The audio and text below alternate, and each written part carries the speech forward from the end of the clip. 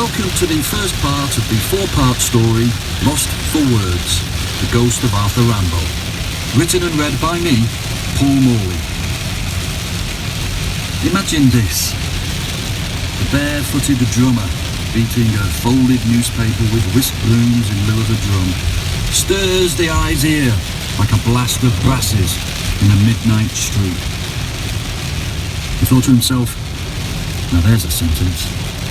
You could look at it forever and hear it for even longer. All you would do all of your life is move from word to word, from sound to sound, from rhyme to rhyme, street to street, eye to eye, time to time. And still, it would never wear out, never fall from grace, never die. And here's another one. Imagine writing this.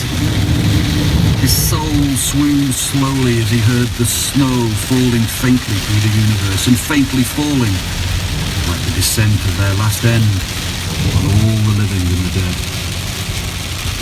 He often imagined what it would be like to write such a sentence, to end up in such a place, such a centre of concentration, such a level of precision. To not so much create a new world as a very special and alert awareness of one. To follow in the damned dandy dream footsteps of Ralph Ellison or James Joyce, tuning plain language to a lyric pitch without being flung into a fit of imitation.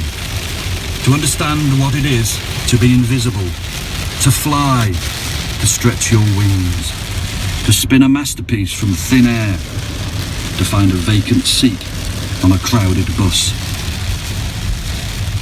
At night, just after 12, when he sensed that most of the people he lived near who he never saw were asleep and deeply lost, in many ways not human, when the house is quiet and the world is calm, he thought about writing the first sentence. How did he decide what that first sentence was going to be? Work out the nature of that very first incision. What was it going to be about? Would it be all his own work? Was he going to explain something in his own words? It's a long story, and really, to cut a long story short, the story hasn't ended yet. He had spent some time, possibly even years, working out what the best time of day was to write the sort of sentence that would be the very best sentence he had ever written. He was always searching for that perfect sentence. Eventually, it became clear, after all his research, that the best time of day was at night, just after 12, in a quiet place, away from others, when he sensed how words were like ghosts, and every word was a haunting, a stunning culmination of an uncanny process that had begun millions of years ago, millions of tears ago, a process that had turned noise into meaning, that made sense of the drama of life, of the relationships between names and essence.